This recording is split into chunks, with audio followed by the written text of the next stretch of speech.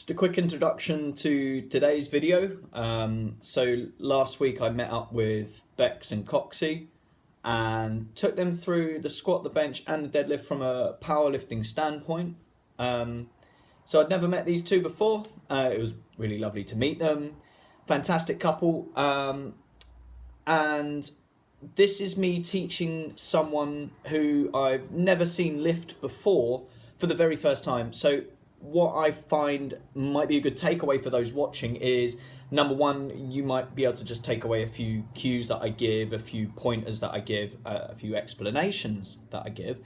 And the other thing as well is you'll get to see how I talk, how I train. So for someone who's thinking about training with me, I just think this is a nice little insight as to how I talk, who I am. So Coxy runs an Instagram page, YouTube, all the social media stuff called Swaltivation. So please follow him. He's also put a video up of some of the training that I did with him and Bex as well. So go check out that video. It's really cool. He's much better at putting videos together than myself. So enjoy that side of things as well. He's very good at editing and making it look a bit more artsy, a bit more creative. I just talk at a camera and then you're going to see me training in a sec.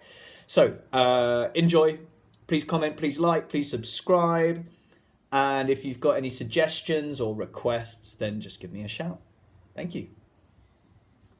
So yeah, in this video, I'm taking Coxy through the deadlift.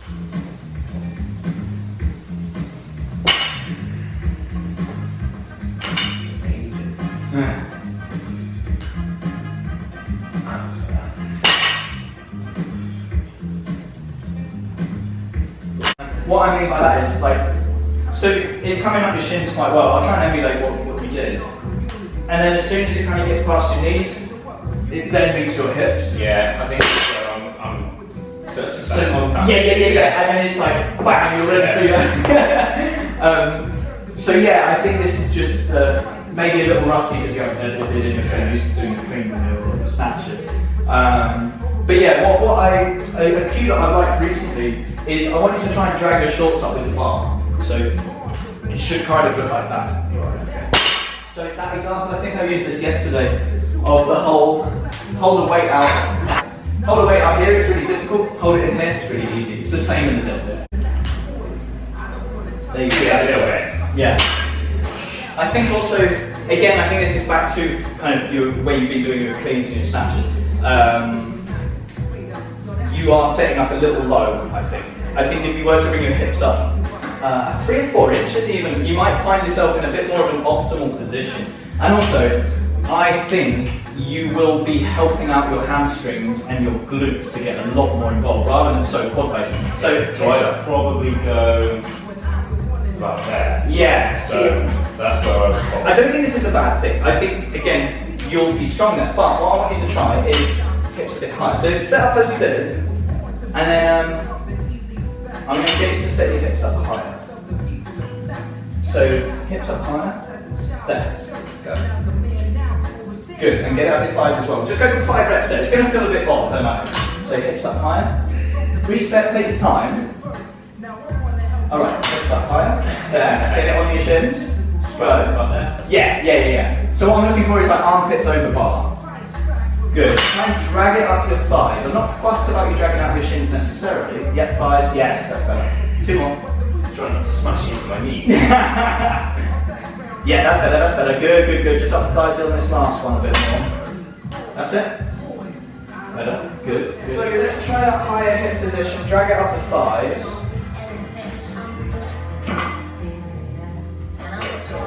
Yeah. About there. Good, try and get out the thighs. Also, I'm going to get you to go chin down. Think like you're holding something, yeah. Feel like you're holding something between your chin and chest, that's better. Good, get out the thighs. How'd that feel chin down? Weird. Yeah, the balancing though. Yeah. Maybe better. I think that might take the pressure off your back, which is why I've got you doing that.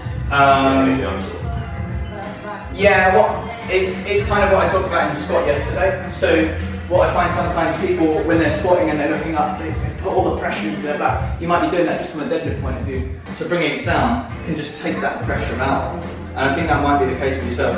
And also when you're, again, I think this is like the product of your Olympic lifts. You're still missing your thighs. One thing I like to give people, if you want to step down to this side, when they start to struggle to get their thighs underneath, the bar to the thighs, is to kind of push your knees through to bring the bar up. See if I can demonstrate what I mean. I'm not going to be conventional, but kind of push knees through. Almost the way I like to think of it is like I'm just catching it on the bottom of my thighs and then just locking through. So I'll get you to try that perhaps in your next set. Yeah? Cool. Yeah, I think chin down is going to be quite a big one for yourself. And just get it up your thighs. Because I think your back will work, well, it will work harder because it's off of your thighs. So it's all going into the back there. As soon as it's on your thighs, your back doesn't have to work quite as hard. Okay, so chin down, hips higher. So do you bring the bar to your shins before you start? So I bring my shin to the bar. If, when you come down, your shins move to the bar, and it gets you into position, then don't worry about the bar to the shins. If you find as you come down, the bar isn't meeting your shins, you probably just set the bar out too far ahead, if you see what I mean. Hips a little higher before you begin. Yeah. Good. Ooh. You okay? Yeah, hammies though. Yeah! Proper hammies. Have you ever felt your hammies much in the deadlift? Not the deadlift, never. Straight leg, obviously. Yeah, I think that's a big change. Chin down, higher hips. So I think that's a good thing, but you're going to have to work with lighter weights because your hammies aren't used to kind of involving themselves. So if I did it how I would do it. Yeah, go for it. See the difference. So don't worry about the chin. I'll do how you did before. Yeah. Much more quad? Yeah. So don't get me wrong, there's quad drive because you do have to have a slight bend. We're not doing it from a locked knee. But with your knee, your hips slightly higher, there's just more hamstring work where I think, arguably, that's where you should feel it more. I figured I should do a bit of an outro to that video as well because it's fairly long.